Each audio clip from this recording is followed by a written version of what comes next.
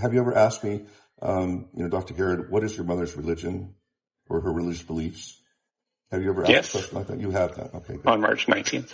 You said you recently found out culturally Jewish but repressed during World War II in Eastern Europe. Yes. So it is of Jewish heritage. We subscribe to the Chabad. The other part that you said was she didn't attend synagogue, nor did she follow kosher practices. No, neither.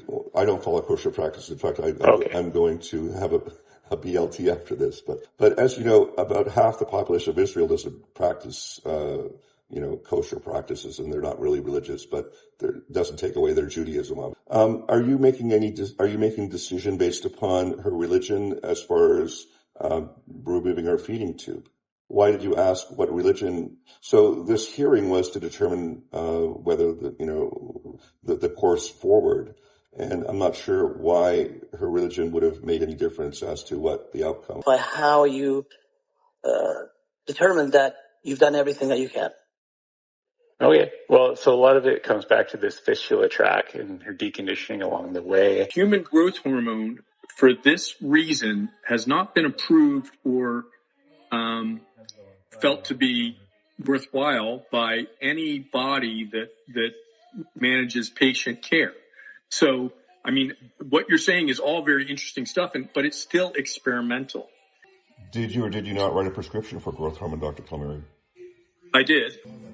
So, we'll go back to the question. Perhaps helping her, even though it might be experimental, but certainly far less risky than removing her feeding tube. I think you'd agree. She's definitely not in pain. I have pictures of her, and she doesn't appear to be in pain whatsoever. In fact, I have pictures of her playing chess. Is there anything we can say to change your mind? Yes, you can kill me. Okay. Then I would give up. In other words, if I were dead, no, I mean, it's actually not funny. I won't give up as long as I'm alive. So as long as she's alive.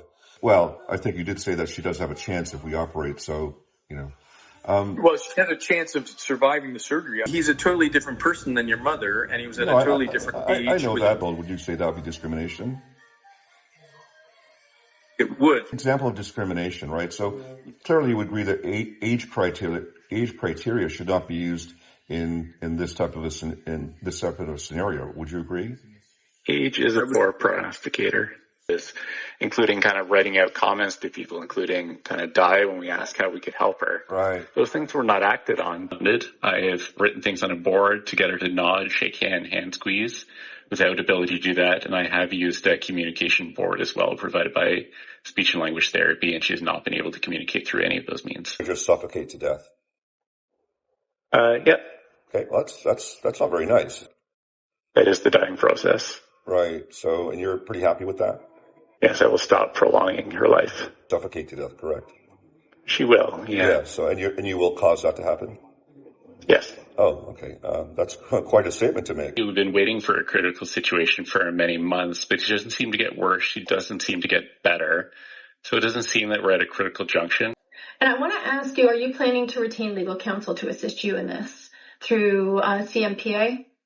I have been in contact with the CMPA, but I will be self-representing should this go through.